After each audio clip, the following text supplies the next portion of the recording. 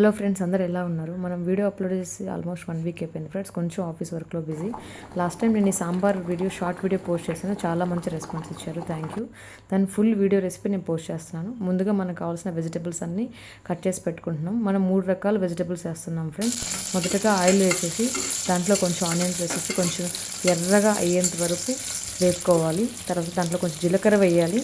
అందులో కావాలంటే మీరు కొంచెం ఆవాలు కూడా వేసుకోవచ్చు. నెక్స్ట్ మనం క్యారెట్ కట్ చేసి పెట్టుకున్నాం కదా, అది వేసేసుకోవాలి. క్యారెట్ ఉడడానికి కొంచెం ఎక్కువ టైం పడుతుంది ఫ్రెండ్స్. అందువల్ల మనం ఫస్ట్ క్యారెట్ వేసుకోవాలి. తర్వాత కొంచెం పచ్చిమిర్చి కూడా కట్ చేసుకొని అందులోనే వేసేసుకోవాలి. కొంచెం సాల్ట్ కూడా వేసేసుకోండి. నెక్స్ట్ వచ్చేసి మనం కోసి పెట్టిన ముల్లంగి ముక్కలు ఏవైతే ఉన్నాయో మనం వేసేసుకోవాలి ఫ్రెండ్స్. ఇది మా ఇంటి ఓనర్ వాళ్ళ తోటలో వేశారంట. సో ఒక 4 తెచ్చిచ్చారు మనకి. సో యాజ్ యూజ్గా మనకి వంకాయలు, మునక్కాయలు ఇవన్నీ కూడా మన ఇంట్లోనే పండుతున్నాయి కాబట్టి సో అవన్నీ వేసుకుంటున్నాను. ఇది చాలా చాలా హెల్దీ ఫ్రెండ్స్.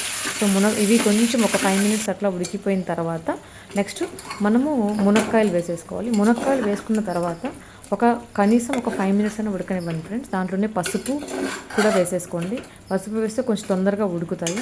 సో దాని తర్వాత మనం ఇవి ఉడికేలేపు ఈ వంకాయ ముక్కలు ఏవైతే ఉన్నాయో అవన్నీ కట్ చేసి ఉప్పులో వేసేసుకోండి. సో అవి ఎర్రగా అవ్వకుండా మామూలుగా ఉంటాయి. సో చూడండి ఫ్రెండ్స్, ఒక 5 మినిట్స్కి అంతా మనం వేసిన కూరగాయలన్నీ కూడా ఒక 30% వరకు ఉడికిపోయాయి. సో ఇప్పుడు మనం ఏంటంటే వంకాయ ముక్కలంతా వేసేసుకోవాలి. వంకాయలు కొంచెం తొందరగా ఉడికిపోతాయి ఫ్రెండ్స్. సో మనం ఎక్కువసేపు ఉంచాల్సిన అవసరం లేదు.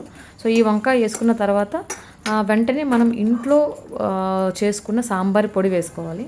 సాంబార్ పొడి ఇందులో వచ్చేసి కందిపొడి, జీలకర్ర, వెల్లుల్లి, అల్లం మనం రోట్లో దంచుకొని వేసుకుంటే చాలా టేస్టీగా ఉంటుంది.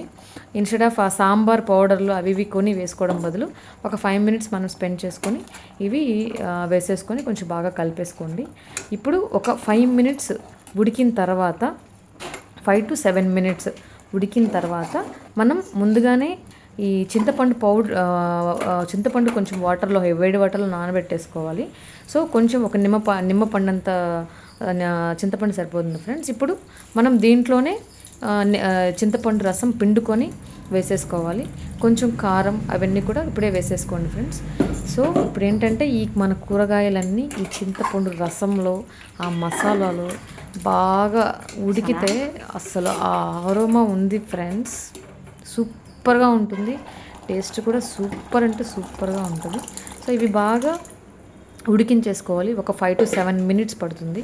బాగా ఉడికించేసుకోండి. సో ముందుగా మనం కుక్కర్లో ఒక 5 విజిల్స్ వచ్చేటట్టుగా పప్పు రెడీ చేసి పెట్టేసుకున్నాము. సో ఇందులోనే పప్పు వేసేసుకొని తర్వాత కొత్తిమీర, పుదీనా కూడా వేసేసుకోవాలి ఫ్రెండ్స్.